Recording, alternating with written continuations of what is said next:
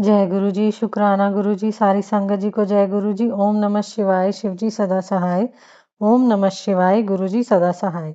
शिव पुराण श्री रुद्र संहिता खंड 5 52वां अध्याय बाणासुर को शाप व उषा चरित्र। सनत कुमार जी बोले, महामुने, एक समय दैत्यराज बाणासुर ने त्रिलोकीनाथ भगवान शिव को तांडव नृत्य द्वारा प्रसन्न किया। उसकी भक्ति भावना से शिव जी बहुत संतुष्ट हुए थे। तब उसने हाथ जोड़कर शिव जी की स्तुति करनी आरंभ की। वह बोला, हे महेश्वर, आपके आशीर्वाद से ही मैं इतना बलवान हुआ हूँ। आपने मुझे 1000 भुजाएं दी हैं, परंतु भगवान, मैं इनका क्या करूं? इन 1000 भुजाओं का प्रयोग तो सिर्फ मैं युद्ध में ही कर सकता हूँ। बिना युद्ध के इनका मैं क्या करूं? युद्ध किए बिना मेरे हाथों में सिर्फ खुजली होती रहती है, और जब मैं अपनी इस खुजली को मिटाने के लिए बड़े बड़े योद्धाओं और दिग्गजों से युद्ध करने के लिए उनके पास जाता हूँ, तो वे मारे डर के भाग जाते हैं। जब मैंने पर्वतों को मसल कर अपनी खुजली को शांत करना चाहा, तो उन्होंने आत्मसमर्पण कर दिया। मैंने यम, कुबेर, देवराजेंद्र, वरुण, नैऋत्य आदि सभी देवताओं को जीत लिया है। अतः भगवान, अब मुझे कोई ऐसा महावीर, बली और पराक्रमी शत्रु बताइए जिससे युद्ध करके मेरी इन हजारों भुजाओं की खुजली शांत हो। दैत्यराज बाणासुर के ऐसे अहंकार भरे वचनों को सुनकर भगवान शिव अत्यंत क्रोधित हुए और बोले, हे अहंकारी दैत्य, तू बड़ा ही मूर्ख और अभिमानी है। तुझे धिक्कार है। मेरे परम भक्त और महादानी बलि का पुत्र होकर भी तुझ में इतना अहंकार व्याप्त है। अहंकार और अभिमान मनुष्य का सबसे बड़ा शत्रु है और उसे सदा ही पतन की ओर ले जाता है। तुझे भी अब अहंकार और अभिमान ने घेर लिया है, इसलिए अब तेरा पतन भी निश्चित है। अब तुझे कोई भी नहीं बचा सकता। निश्चय ही तेरा सामना अति शीघ्र ऐसे वीर और पराक्रमी से होगा, जो तेरी इन गर्वीली भुजाओं को मदार की लकड़ी के समान पल भर में काटकर फेंक देगा। तेरे शस्त्रागार में वायु का भयानक उत्पात होगा।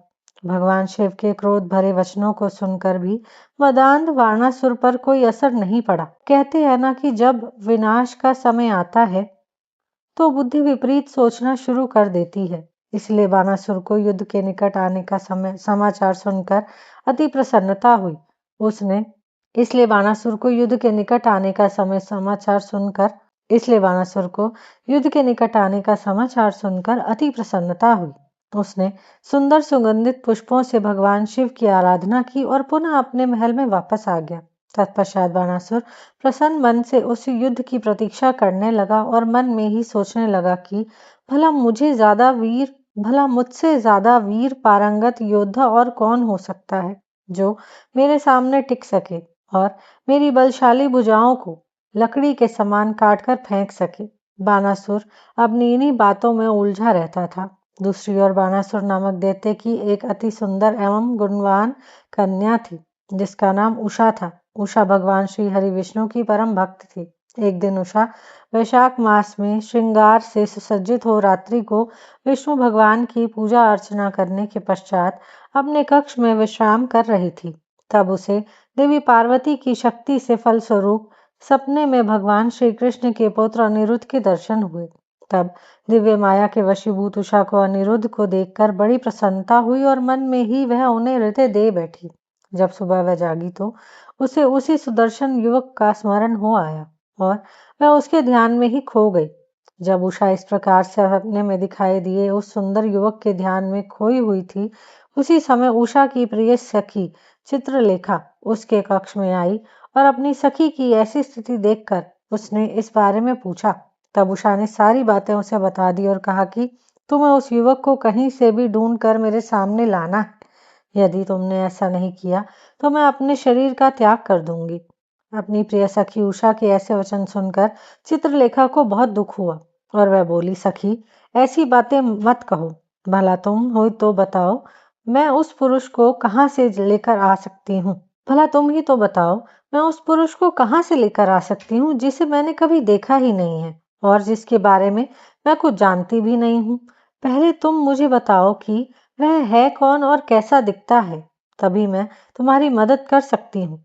सखी, मैं तुमसे वादा करती हूँ कि वह पुरुष जहाँ भी होगा मैं उसका अपहरण करके तुम्हारे पास ले आऊंगी और तुम्हें खुशी देने की कोशिश करूंगी।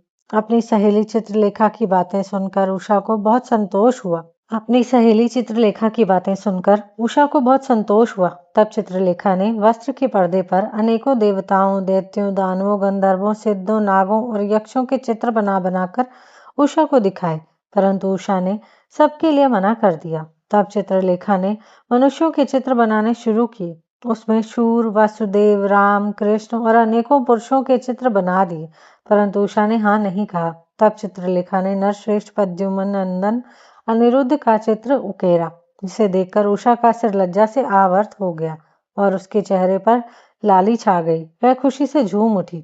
उषा बोली, हे प्रिय चित्रलेखा, रात को जिसने मेरे स्वप्न में आकर मेरे मन को चुराया है वह यही है। मुझे इनसे मिलना है। तुम इन्हें अति शीघ्र मेरे पास ले आओ, वरना मुझे चैन नहीं आएगा। अपनी प्रिय सखी उषा के अनुरोध पर चित्रलेखा ज्येष्ठ कृष्ण चतुर्दशी की रात को द्वारका नगरी गई और वहां राजमहल से अनिरुद्ध को ले आई। अनिरुद्ध को सामने पाकर उषा हर्ष से फूली ना समाई और तुरंत उसके गले से लग गई। जब इस प्रकार देवी उषा ने अपने प्रियतम अनिरुद्ध को साक्षात अपने सामने पाया तो वह खुशी से झूम उठी और उनके गले से लग गई। तब उनके कक्ष से बाहर तैनात द्वारपालों ने अंदर झांका और उषा अनिरुद्ध को इस प्रकार देखकर उन्होंने इसकी शिकायत दैत्यराज बाणासुर से की। द्वारपाल बोले, महाराज, आपकी कन्या के अंतपुर में एक पुरुष घुस आया है और वह आपकी कन्या से प्रेम लाभ कर रहा है। महाराज, आप वहां चलिए और देखिए कि वह कौन है। आपकी आज्ञा होने पर ही हम सब मिलकर उसे उसकी धृष्टता का दंड देंगे। इस प्रकार द्वारपालों से अपनी कन्या के विषय में सुनकर दैत्यराज बाणासुर को बहुत क्रोध आया और उसे आश्चर्य भी हुआ। वह तत्काल उनके साथ चलने को तैयार हो गया। यहीं पर शिव पुराण श्री रुद्र संहिता खंड 5 52वां अध्याय समाप्त होता है। जय गुरु जी।